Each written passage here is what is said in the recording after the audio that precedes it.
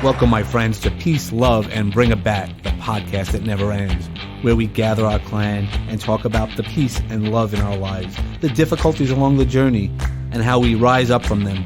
We will experience a little thing I call Kluberty together, and by the end of the show, we're going to find our sweet spot. I'm Uncle Dave, and our transformation starts right here. Hey now, and how are you doing? Want to welcome you to the next episode of Peace, Love, and Bring It Back. Today we have a special gentleman that I just met, J.R. Spear. He's a hero. We'll talk about that, but he's an author. He's a mentor. He's a coach. He's a speaker. He's just overall a great guy to be around. How you doing, J.R.? I'm doing well. Thank you so much. I'm excited about being on your show. Yeah, I appreciate your time and the efforts and the knowledge and the friendship we're building. So I appreciate everything about you, brother. Oh, absolutely. I mean, just meeting you, I mean, hearing your heart and what you're doing and the impact you're making in the world and the difference, you know, I mean, you're attracting the right people into your world, and I want to be part of that community.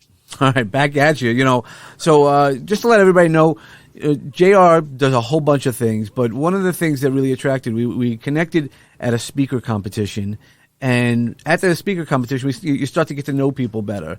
And he does a lot of charity work, so he's definitely, you know, in that goons for good mentality. And we want to hear some about that. But I also would love to hear about your journey. I mean, your journey has not necessarily been an easy one in life.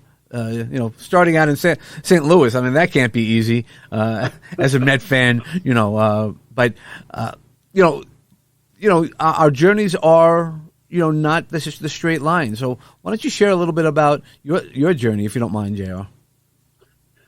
Yeah, I'll take you back to my childhood. So I pretty much grew up in the martial arts school, and since the day that I took my first breath. My mom always owned a family business, so it was martial arts and fitness, and I have four sisters, and we all grew up in that space, in that environment since a very young age. At a very, around 12 years old, I started teaching martial arts and fitness, and even to adults. So that's where my leadership skills really started to begin. And really start to develop and form the person that I am today.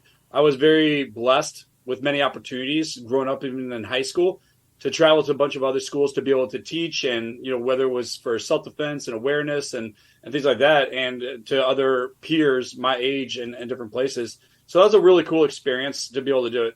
I was a little bit of a rebel growing up. Once I was going through high school, my mom was a single parent. 5 kids. I grew up with 4 sisters, so a house full of 5 women. My grandparents were very present in my life and in a huge part of my upbringing, especially my grandmother.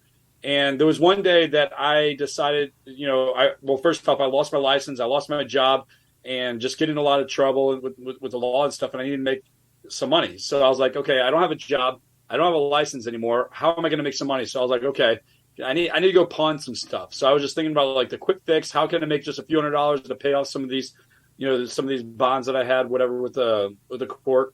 And my grandma came over, and I asked her, I said, hey, Grandma, can you take me to a couple pawn shops so that way I can, make some money? So she said, sure. I loaded up her car, and we're driving down Limerick Boulevard in St. Louis, Missouri. And she's passing by all these pawn shops. I was like, Grandma, where are you going? It's back there. You missed the turn. She's like, just shut up, and just you made me quiet. I was like, okay. So I'm just following her lead, and she pulls behind this shopping center and pulls into a parking spot and looks straight ahead, and it's the military recruiting office. I was like, okay, what do you got? What do you got in store and up your sleeve, Grandma? And she said, you're not coming out until you actually sign up for the branch of the service. And I was like, I'm 17 years old at this time, and only a junior of high school. And I was like, I don't know what I want to do with my life, but I knew I wasn't going to say no to my grandma. So I wasn't going to, I knew that I didn't want to go Air Force. I knew I didn't want to go Army, and it was either going to be the Marine Corps or Navy. Well, the Marine Corps at that time I just thought they worked too hard. So I was like, okay, I don't want to be a Marine. They're too gung-ho for me. Let me go to the Navy and try to take the easy way. My grandfather was retired Navy. My uncle was a Marine. And so I signed up for the Navy. Now, the funny story is, even though I signed up for the Navy, went into boot camp, and right out of boot camp, with the job that I had, which I was actually a chaplain's assistant, they called me RP, where I provided security for the chaplain. Chaplains are the only true non-combatants in the military. Corpsmen and doctors are non-combatants, but they can carry a weapon for defense. And for me, they or for chaplains, they can't even carry a weapon for defense. So that's why they had an RP that provided for security during a time of war. Now, we also provided administrative duties and things within the chapel and stuff like that. But I never really did a whole lot of that work because I was always attached to the grunt unit, which brings me back to what I was saying before, that God had a sense of humor. It's like, okay, I didn't sign up for the Marine Corps because they were too tough. But right when I signed up to be an RP and I went in, I ended up spending my entire time with the Marine Corps. Right. So and let me just make sure that everybody understands. So you signed up. You know, it wasn't something that you chose, that you knew you wanted to protect the chaplain, that you had a strong faith that's what you were there to do. He was not going to be he doesn't defend himself or she doesn't defend themselves, but you were going to defend the defenseless, right? Yeah. Okay. So, well, the funny thing is, I didn't sign up for that job when I went into the recruiter's office. I didn't even know what I wanted to do. So I actually chose the job that my grandfather did, which was like a aviation boatsman handler. They're purple jackets that are on the ship, and they're like fueling up the jets that come on.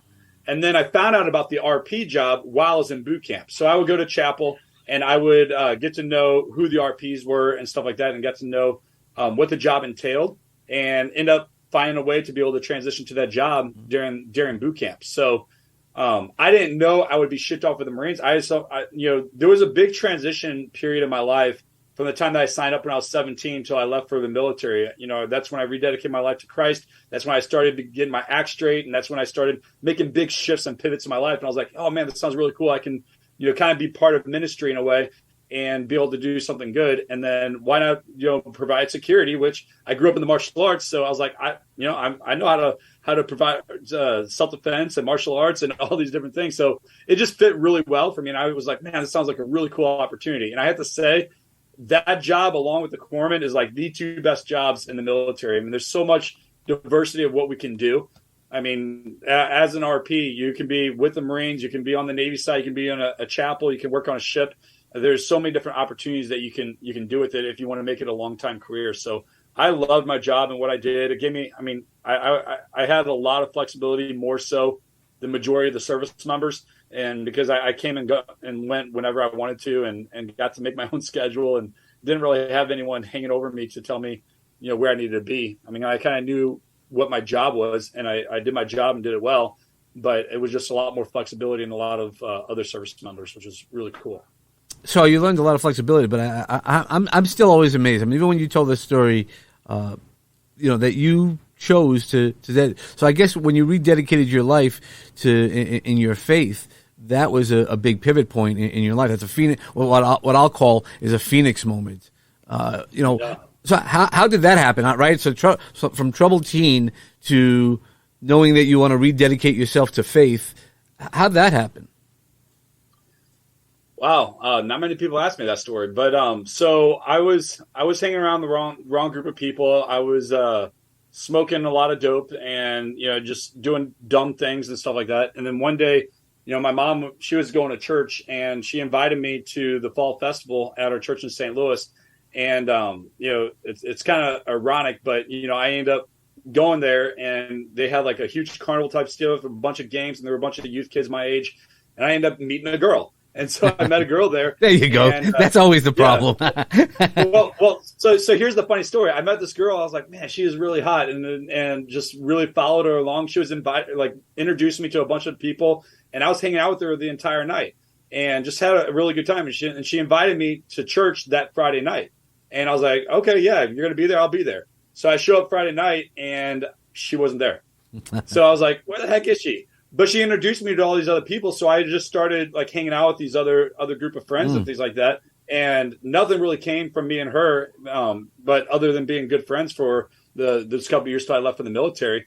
But it was cool to see that God used her to kind of draw me in, knew what it was going to do to get me there. And it was during a holiday service where the pastor, it was a pretty big church. The pastor did an altar call, and I like to say I got hit by a bus, and the Holy Spirit really just grabbed my heart, because I seriously do not remember this moment, but it was during an altar call and during worship, and I was just kind of like lost in worship, and the next thing I know, I'm up on the stage in front of the entire church. I was like, what the heck happened? How did I even end up here? And no joke, I was like, I don't remember walking from the seat up to the front. And it was at that moment that God said, okay, it's time. I originally got saved and became a Christian when I was 8 years old, but then, through my youth, I became very much a rebel and doing my own thing. So that was a huge pivotal point in my life because I just been on fire ever since. And just my mission and my goal has always been to disciple other disciples. And now my mission is my kids. So it's just really been focused on discipling my kids and helping them grow to know the Lord and things like that. So it's been a really cool journey.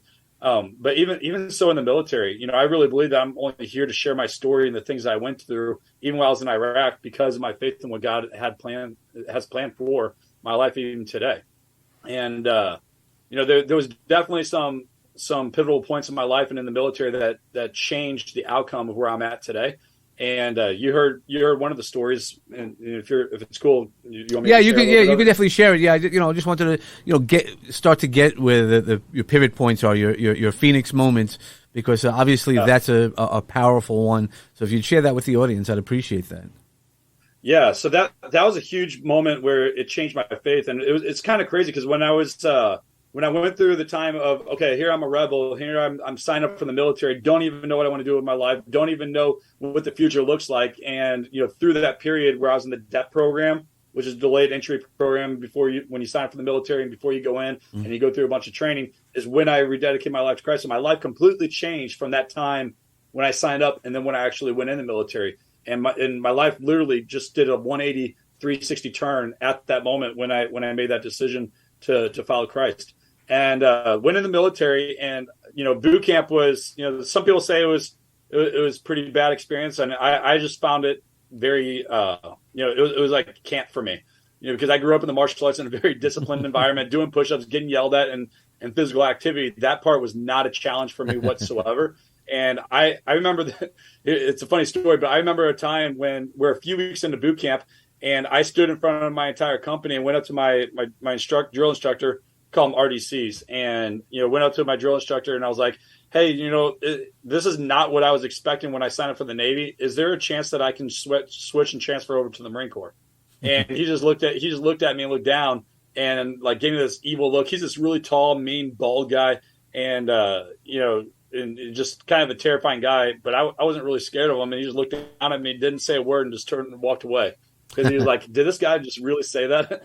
And so. For me, I found it fun when we got to do more push-ups and physical activity and do all the things. I struggled when it came to sitting in a classroom all day because, I was just, that's just me. At that time, I just wasn't into that stuff, school and education. So, but, so I ended up, it was around that time where I asked that question, and then I found out about the RP job, and I was like, oh, I can go to the Marines while I'm still in the Navy. This is really cool. Let me go see if I can do it, and end up switching over to that. See, God brings you where you're supposed to go. That's the magic of life. As we go on our paths, God will bring you. If you trust it and you put it out into the universe or in God's hands, He will definitely put you in the right room and where you need to be. Yeah, no, I believe that 100% because my experience in the military was amazing. I had a lot of rough times, and I got in a lot of trouble even while I was in the service itself, but I was connected to a lot of really great people, and some of them are still my best friends today.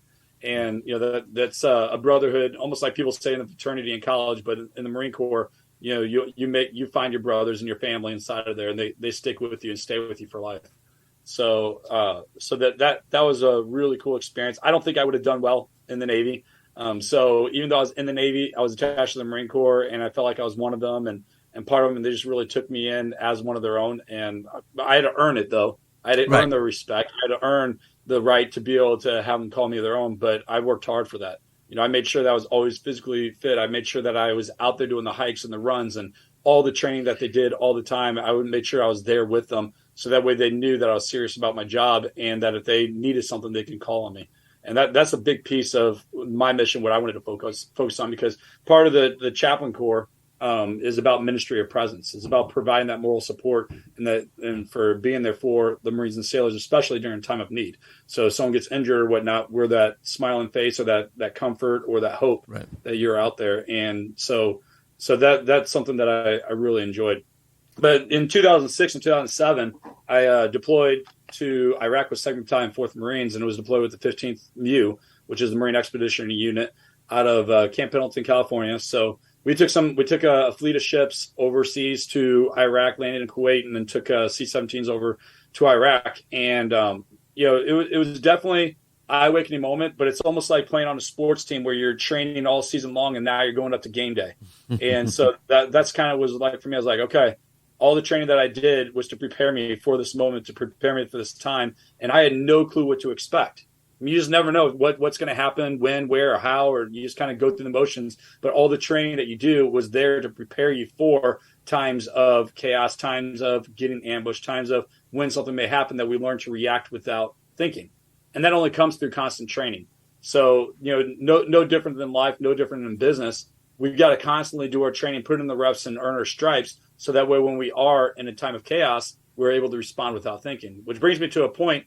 There was one pivotal moment in my life when I was overseas in Iraq. Now, granted, I've seen a lot of death and injuries while I was over there, especially with the chaplain. When the chaplain RP comes around, it's usually because something happened. Someone got injured. There was something that something that bad happened. So we definitely seen a lot. But there was one particular moment that definitely changed the outcome of my life. And it happened on February 7th of 2007. I woke up one morning and it was sunny outside, and I was going to look for the chaplain. It was early in the morning, probably like 6 a.m. And I was going to meet the chaplain where we normally do over at our meeting tent, and he wasn't there. So I was trying to figure out, I was like, okay, where the heck is he at? And, people listening to this need to understand, like, the chaplain is not supposed to go anywhere without us. He's glued to my glued to my hip everywhere he goes. So, wherever he goes, I'm there with him, because if something happens to him, it puts us both at risk. So I am literally his weapon everywhere he goes. So when I woke up and went over to where we were supposed to meet and he wasn't there, it definitely put an uncomfortable feeling inside of me, inside of my gut. And I was like, okay, something ain't right. So I ended up going to our headquarters battalion and getting with Comm and being able to figure out where he was at, and come to find out he had went out into the city of Barwana with our company battalion commander and our sergeant major, and decided to go for a stroll or a walk out in the city. And I was like, what is he doing? And I'm like, okay, this ain't right. It's not starting off to a good morning. He's putting me at risk. He's putting himself at risk, and definitely put me in a very uncomfortable situation. And because that's not supposed to happen whatsoever. Even if our commander and our sergeant major say, hey, he's going to be okay and he's fine, and they're going to watch over him, it doesn't really matter, because he's my responsibility and no one else's. That's my whole purpose of what I was supposed to be doing.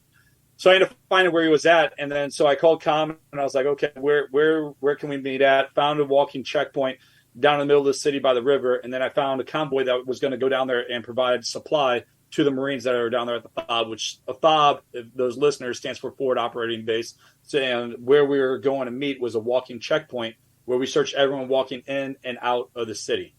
So I got with the convoy, and I got a Humvee. I was driving the Humvee, and while we're driving, something just felt off. I was like, okay, the day's not starting out right. I don't know why the chaplain is gone. Puts me in a very uncomfortable position, and I just feel really uncomfortable. And I was like, okay, what's going on?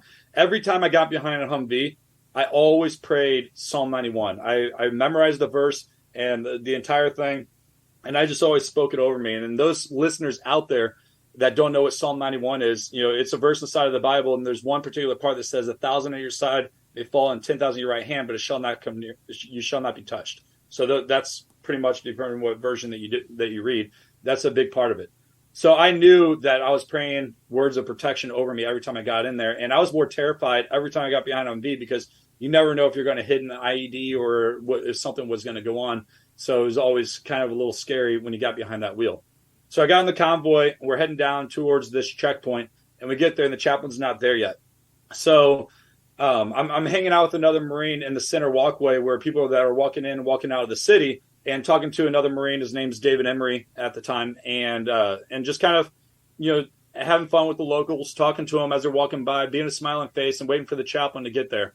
Chaplain, sergeant major, and the CO end up getting there, and in the walking checkpoint, there's a middle courtyard with a building on the side that that we did for overlook, so we can see out in the city of the people coming in and out. Well, at the walkway where there was this intersection, the chaplain was in that little courtyard talking to another Marine. I knew where he was at, but I couldn't see him. It was blocked by some HESCO, which is a barricade stuffed with dirt, so that would take the impact if there was a blast or something that would happen. So I'm standing in the center section with Corporal Emery, and there's a center walkway that we can see both people coming in and out, and it was separated by big two concrete walls, so that way that had that separation there. And then there was like a feeling in my gut, it was like, hey, you need to move, go find the chaplain. And I didn't respond, and I was like, okay. Then a few minutes goes by, and it's like, hey, you need to move. Like, and it just I got that voice almost like 3 times in a row. And by the third time, where I was almost feeling nauseous, I'm getting ready to throw up. It's like, what the heck is going on with me? I just felt really sick. It just hit me within seconds. And so I was like, okay, let me go check on the chaplain. Let me go see what's going on. So I'm walking, and as I'm walking and I'm going around a turn, my sergeant major ends up walking past me. And as he's walking past me, I greet him as we do to our senior personnel, saying, good morning, Sergeant Major. Looks down at me, deep voice, saying, good morning, RP. And then the guys that were walking through, that coming into the city, as I crossed that turn and as the sergeant major passed me, the guy that was walking through then lifted his arms and strapped with a C4 and blew himself up. So it was a suicide bomber, and blew himself up, and it ended up it was the biggest bloodbath you could ever imagine. I was standing literally feet away from him when this happened. I was thrown, left unconscious, and not really knowing what exactly happened. And, had straight tunnel vision. I thought it was mortars that were coming in. We didn't know exactly what happened. But all I know is like I had numbness on the entire right side of my body. I couldn't hear out of my right ear. Even today, if I touch the right side of my face versus my left, there's a completely different sensation. I didn't know if I had an arm blown off, if my leg was blown off, because I couldn't feel anything. I had straight tunnel vision on my left and right. But the only thing I could see was the chaplain was crawling on the ground, trying to get to safety. And I saw him just straight ahead of me. And I grabbed him by the back of his flak. I saw either my company gunny or my first sergeant, screaming or waving. I couldn't hear anything. So I grabbed him by the back of his flak, and I'm crawling as fast as I can, trying to get him up underneath the shelter to make sure there was any safety. Fortunately, once we got under there, I was able to stand up and walk. And when we got under the shelter, checked to make sure I had all my limbs and that I was good to go. And then I went out and checked with the other Marines that were assessing the area, doing different things and stuff like that. A sergeant major that ended up walking right by me when that blast happened, he was standing right where I was at next to Corporal Emery for when it took place, and he ended up sacrificing and paying the ultimate sacrifice and dying during that blast. David Emery, he ended up losing both of his legs, and we lost our interpreter Jimmy, and then another Marine, Jennifer Purcell, during that suicide bombing. So it definitely was the biggest chaos that ever could have taken place, and a big bloodbath. But through that traumatic event, the biggest thing that I learned to recognize from that experience, and I didn't even look at this and understand it until probably over 10 years later. Yes, it was a very traumatic event, and it still affects me today, and I still think about it every single day of what took place. But the really cool thing is, as I reflect on it, was seeing how everyone reacted during the time of chaos. Everyone got up and responded and did exactly what they needed to do. The corpsman got to the injured. The communications department ended up calling out for the helicopters to come in to evacuate the injured. You had other Marines that went out and patrolled the city to make sure there was no other danger. We ended up taking control of the other people that are standing in line trying to get in and out of the city to make sure that there weren't any more threats. And everyone responded to do what they needed to do, and they did so without even thinking. And that only happens through constant training. So in business and in life, if we want to get better at anything that we want to do, if we want to get better through trauma events, or we want to get better in business, or we want to get better at sports, it doesn't matter what it is. We have to constantly be practicing and perfecting our skill sets, so that way when we are in a time of an ambush, in a time of chaos, in a time that throws us off balance, that we're able to react and respond without thinking. So how many times have we complained about standing on that rifle range in the middle of the rain coming, pouring down on us as hard as we can be, and we're throwing thousands of rounds down the range, just practicing and making sure that we got our sights dialed in. We knew how to control our breathing, and we're able to get the rounds on target, on sight perfectly every single time. Or being able to put on a 70-pound pack, heading out on a hike in the middle of O Dark 30, just to go practice walking in the middle, with your commander or your company, to do whatever you got to do to practice carrying that weight, or practicing all the drills, the patrols, and everything that we need to do. Even though we complain about that stuff.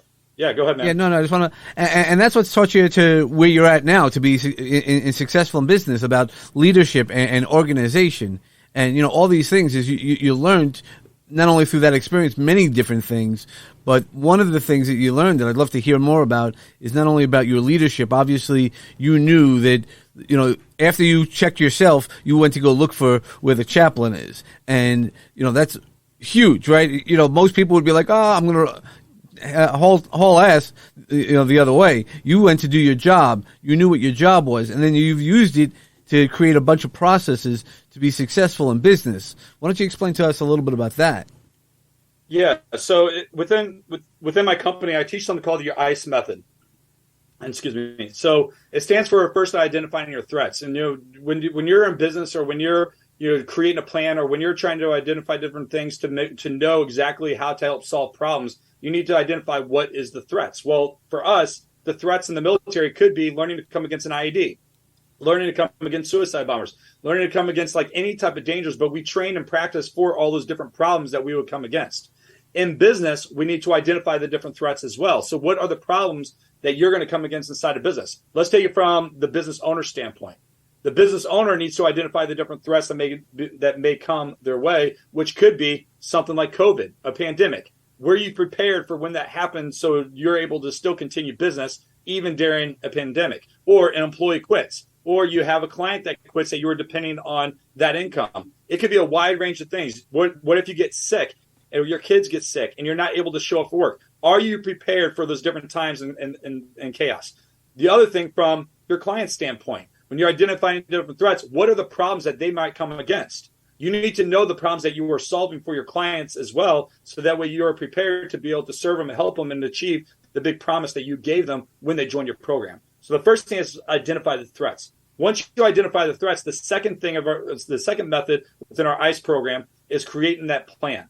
So you got to create the systems and processes that's going to take to make sure that you're prepared to solve those different problems, whether for your business or for your clients. You got to create that plan. And the last piece is the execution. You got to execute the plan that you just put in place. And that's where the military is really good. And I think the Marine Corps is the best at this, because there's a system and there's an order for everything. So we identify the threats that we're going to be able to come against. We identify the potential things that we might have problems or explosions, whatever it may be. And we created a plan. We created the training everywhere we went. And before we even set up on deployment, was constant training to making sure that we are prepared for the time of chaos when something actually happened. And that's why I call it an ambush. An ambush into anything that throws us off balance. And are you going to be prepared for that? Most people aren't. But if they want to make sure that they are recession proof, if they want to make sure that they are ready for battle during a time of chaos, during a time when they get ambushed, they got to create that plan, and they got to execute that plan to making sure that they are battle ready. We'll be back in a moment.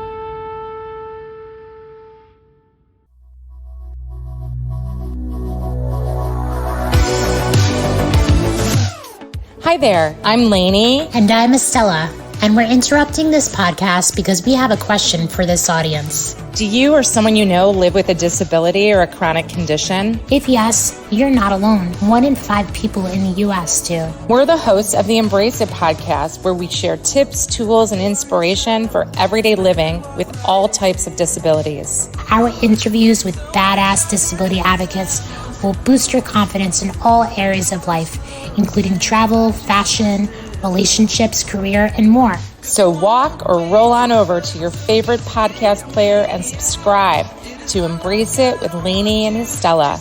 And now back to the show you were listening to. Another great show produced by Launchpad 516 Studios. You're listening to Peace, Love, and Bring It Back with me, Uncle Dave Shemetsky. So who's your perfect avatar, people that you like to work with? Because I know, and I also want to make sure that we talk about the volunteer work that you do. You do it. You give back so much in the veteran community, as well as in so many other areas. So I'd love to hear who are the people you like to work with, to help out. Yeah. So, I mean, my ideal clients that I love to work with, honestly, are the small business owners. I love working with coaches, people that want to make an impact, people that want to be able to help other people.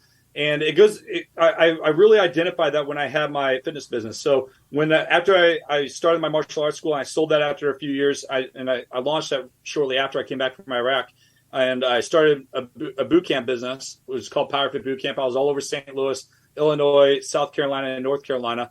But it was during that time when I was helping, teaching fitness and helping a lot of people that I built a massive team of instructors and managers that I just love coaching those people. I love teaching them business and strategies and processes and putting together a plan so that they can become better professionals. So in 2017, I started consulting. In 2019, I started full-time consulting and helping small business owners and coaches really develop that plan of action so that way they can start, grow, and scale their businesses. And so everything from putting together your business plan with and then brand and positioning, putting together your systems and processes that allows you to scale.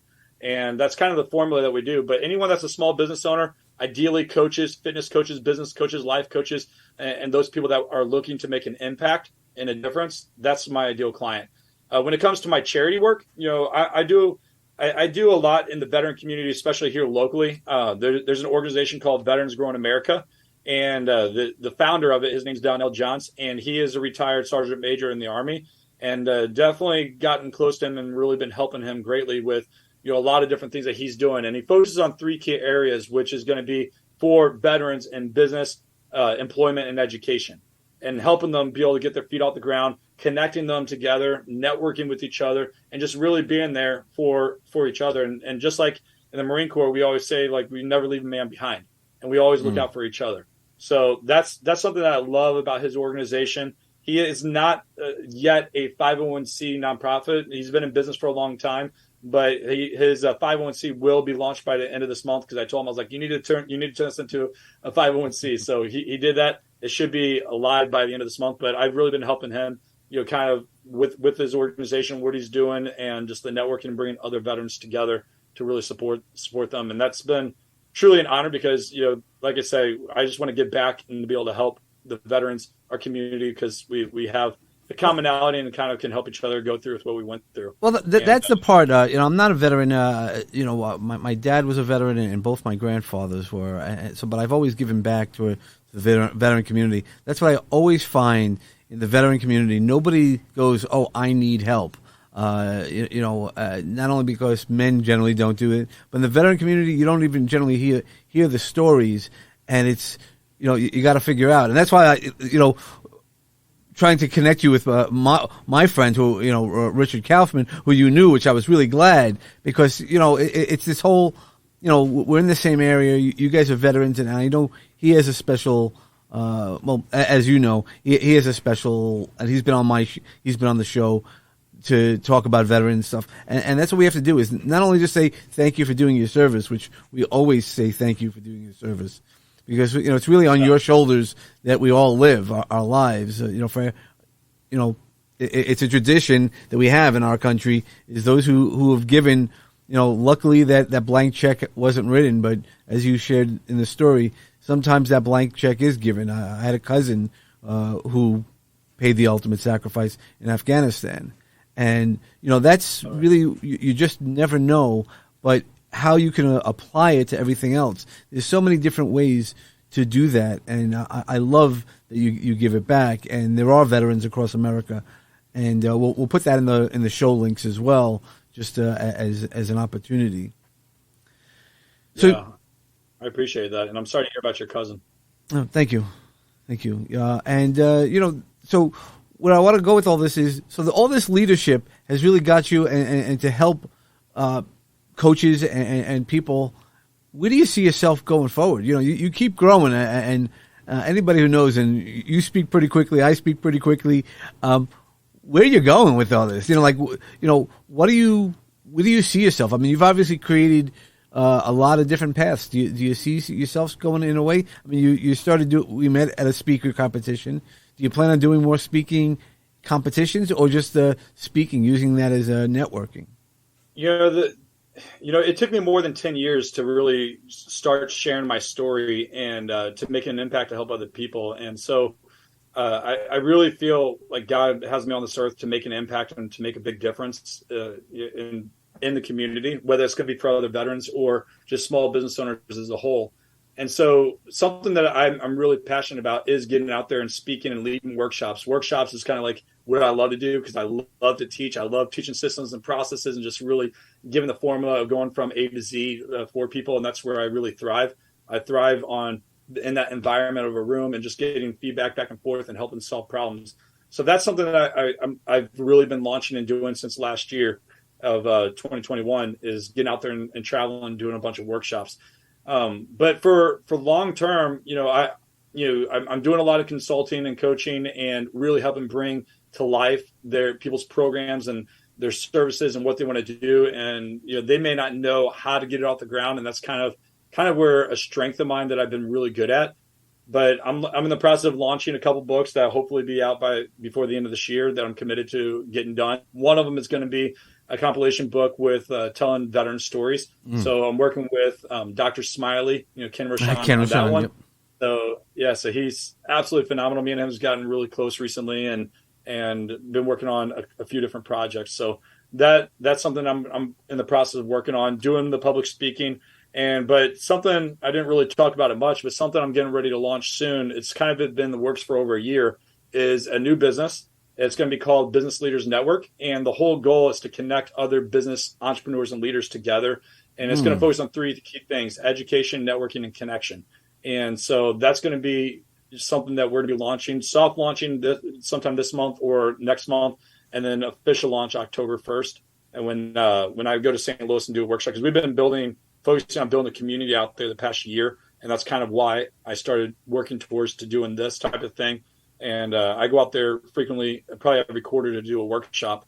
So that's kind of what's in the future. Is I really want to just start connecting people with other people that can offer service and value to each other, as well as providing a service to those that need the extra help through our Creed Consulting, and then also have the opportunity to be able to share my story through other platforms and stages, one like this, and then other from other platforms, to be able to tell my story, and hopefully give a message of hope.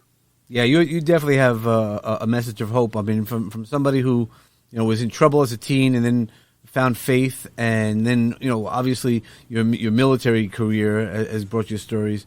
What's the one thing that you're really proud of? Not necessarily, and it doesn't necessarily have to be job or story. What makes you go? Like Peter Pan has his happy thought. What's your happy thought?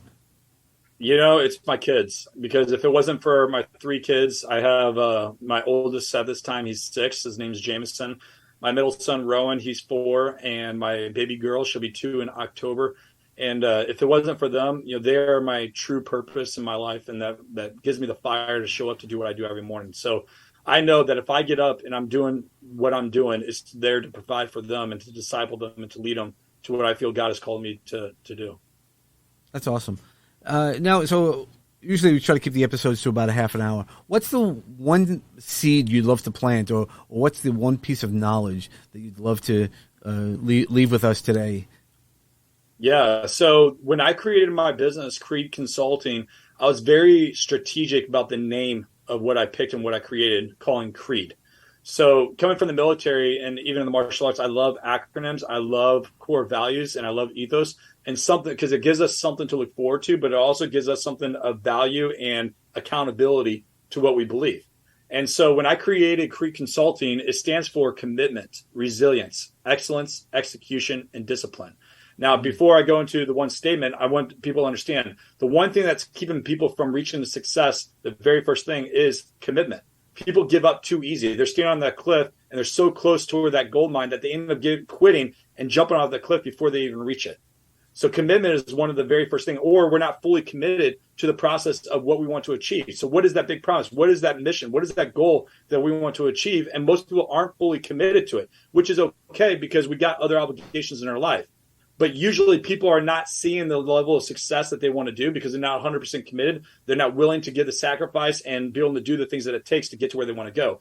So I say that because the question that I like to leave with everyone is to really understand, what is the one thing that you're most committed to, that you're going to be resilient even through the most difficult times, that you're going to show up every day giving your best and having the physical and mental discipline to complete your mission.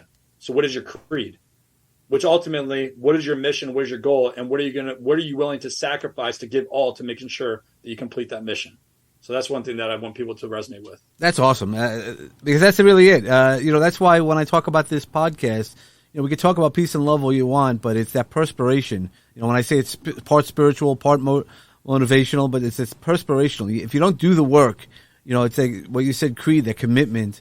and your commitment levels could be different because you have other balancing, commitments. But you have to be honest with yourself. What's holding you back, and seeing what's holding you back. And I don't see anything that's holding you back. I've been with you and full energy, and to let everybody know, everybody loves JR. In a room, they had a vote who is the fan favorite, and JR won. I mean, he's an amazing human being, and I just thank you not only for your service, which of course I thank you for your service, but I also thank you for joining this episode and sharing what you have. I mean, there was so much knowledge, and I can't wait to listen to it a few times, because I think there's a lot of gems that you probably hid inside once you hear the stories again and again. Yeah, I appreciate that. Well, thank you so mumuch for having me on your show and being able to share your stage with me. All right. Well, thank you. And everybody, just remember, we have peace and love in your life is always the goal. And, when you need to bring a bat, just make sure that you're bringing that awesome thought and hit your sweet spot and knock it out of the park. Thank you so much, and we'll see you soon. I'm really glad that you're enjoying our show. Peace, Love, and Bring a Bat is brought to you by Launchpad 516 Studios. Executive produced by David Chemetsky and George Andriopoulos. Music selections by James Grant, Zach Nelson, and James Gaither, and licensed through Storyblock.